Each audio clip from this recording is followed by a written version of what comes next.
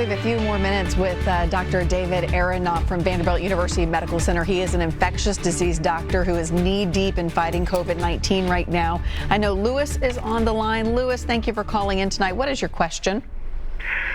My question were concerning the medications or mitigations that could be given to a patient who were suffering in the hospital from COVID. I heard on a radio program about 4 weeks ago, two different physicians, I don't remember their names, but they had mentioned several medications that were known to be beneficial to those who had come down with COVID, and if they were administered in time, they could prevent most people, not all, but most people from having to suffer in the hospital with the symptoms of COVID. Is your question, what are those medications?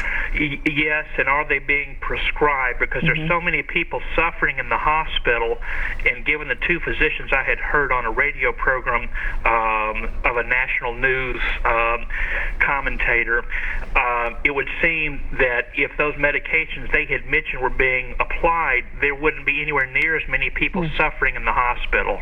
Interesting. Okay, thank you, Lewis, for calling in. Let's see what Dr. Aronoff has to say, and I guess it's a little hard answering the question without knowing the medications.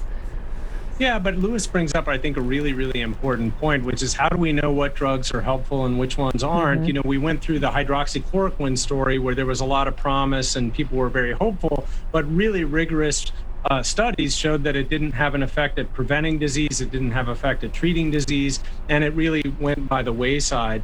And so what we're doing at Vanderbilt, which I think is the story being played out a lot, is we're using therapies that are being shown with evidence in proper trials to be helpful. We're also conducting a lot of trials, doing them with the most rigor that we can, usually a randomized placebo-controlled trial, for example, to look at things like convalescent plasma to see if it really does help or not and who is it most helpful for.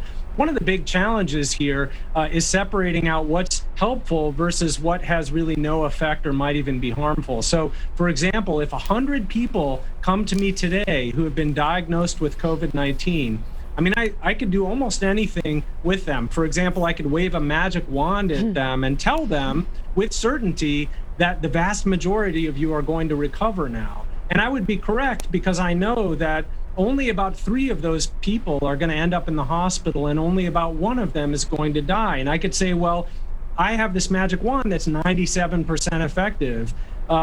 And, you know, I could probably convince people to do my magic wand therapy and just say that the person who died was just the one unlucky person, for example.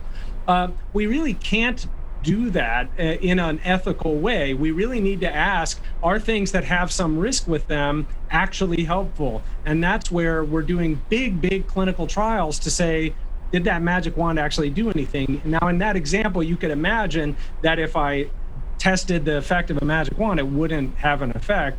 But that's kind of where we're at with some of these therapies is someone will say, I have this great idea. I've treated 10 patients with it and none of them ended up in the hospital. Well, that could easily be just random. That's just how they do, because most 10 people don't end up in the hospital with COVID-19. So there's a lot that we really depend on science to tell us about whether something is beneficial or harmful, and if beneficial, how beneficial. So my advice when you hear things is to ask someone who is usually a licensed healthcare professional, somebody who's really an expert in the field, and get their 2 cents.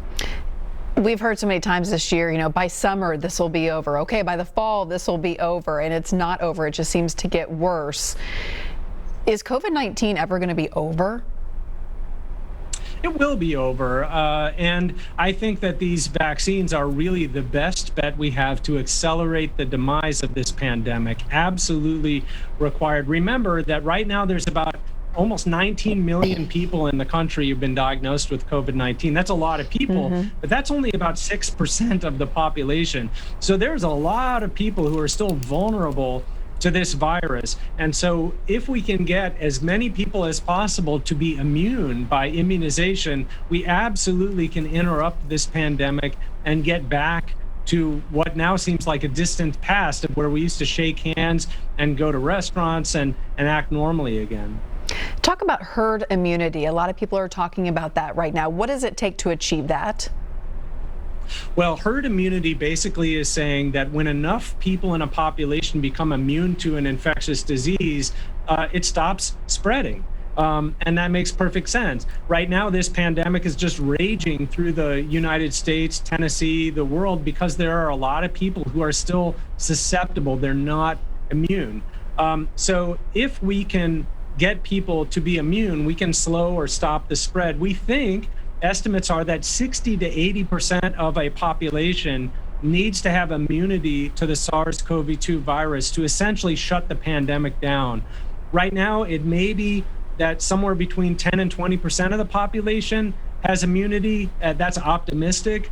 So as opposed to continuing to wait for more and more people to die or more and more people to get hospitalized, the best thing that we can do is try to hurry, and particularly people that are vulnerable to doing poorly, get them immunized so that they do have immunity. We can get to that 60 to 80% threshold of people who are immune and essentially watch the spread of this pandemic virus stop in its tracks. I know I'm about to open a whole new door right here, but I want you to tell me what you've learned about the so-called long haulers and this virus and what's causing people to deal with symptoms for months and months and months, and sometimes severe symptoms. Yeah, well, first of all, there's a lot that we still have to learn, because the longest any recovered COVID victim has lived is under 12 months. So we really don't have terribly long data for these. But remember, this is a virus that can cause lots of damage in the lungs. Some people require oxygen for what could be the rest of their lives. We don't know if they'll get off of oxygen or not. Some people have had debilitating strokes and have to relearn how to use parts of their body or their speech, or maybe they never get back to normal. The virus can damage our nervous system, and we see that in people losing their sense of smell or taste, for example. That's due to nerve damage from the virus. All of those kind of effects of the virus, the fact that it can infect nerves, blood vessels, our heart muscle, could lead to effects that may be permanent or may just take a very, very long time to recover. I've had colleagues with COVID who have had foggy thinking for a while, that took a while for their thinking to get better. We're just learning a whole lot about this, and whether we'll be able to do anything to actually accelerate recovery for these patients other than physical therapy or occupational therapy is just not known. Dr. Aronoff, as we close out tonight, I just want to thank you for your time tonight and so many nights that we've had you here on Open Line. We always appreciate your wisdom and expertise. Well, thank you very much for having me on, Carrie. I just want to say to all the viewers who are watching that I thank you for tuning in. I thank you for doing your part. It's still really important to be socially distancing, wearing your masks, getting your flu shot, keeping your hands clean. We will get there together, and I really, really appreciate you. I appreciate that hope. All right, have a good night, Dr. Aronoff, and we'll be back to wrap things up in just a moment.